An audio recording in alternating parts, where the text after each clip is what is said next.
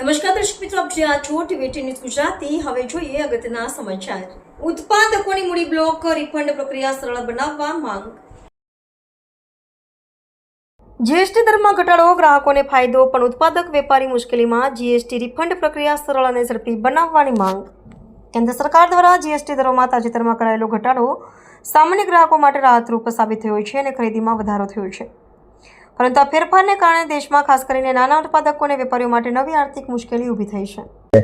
અહીંયા મુશ્કેલી ખાલી એક સર્જાણી છે કે ઘણી બધી કોમોડિટીઝ, ઘણી બધી આઈટમ એવી છે કે જેમાં હજી આજની તારીખે એનું રો મટીરિયલ અથવા જેમાંથી વસ્તુ બને છે એ બધી વસ્તુઓ, એટલે કે વેપારીની ભાષામાં કહીએ તો ખરીદી 18% થાય છે, અને એ 18%ની ખરીદી કર્યા પછી જ્યારે વેચવાનું આવે ત્યારે એને 5%માં વેચવાનું છે।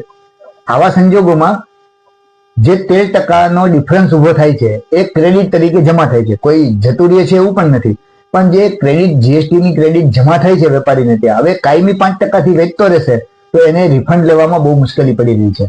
આ પૈસા એક રીતે જુઓ તો 13% રકમ, એટલે કોઈ એક વેપારી 10 લાખ રૂપિયાનું ટ્રાન્ઝેક્શન કરતો હોય તો આ 10 લાખનું ટ્રાન્ઝેક્શન 7 વખત કરે તો એની એક 10 લાખની આખી મૂડી ત્યાં સરકારમાં જમા થઈ જશે। એટલે એમએસએમઈ અને નાના વેપારીઓને પરિસ્થિતિ એવી થવાની કે એની વર્કિંગ કેપિટલ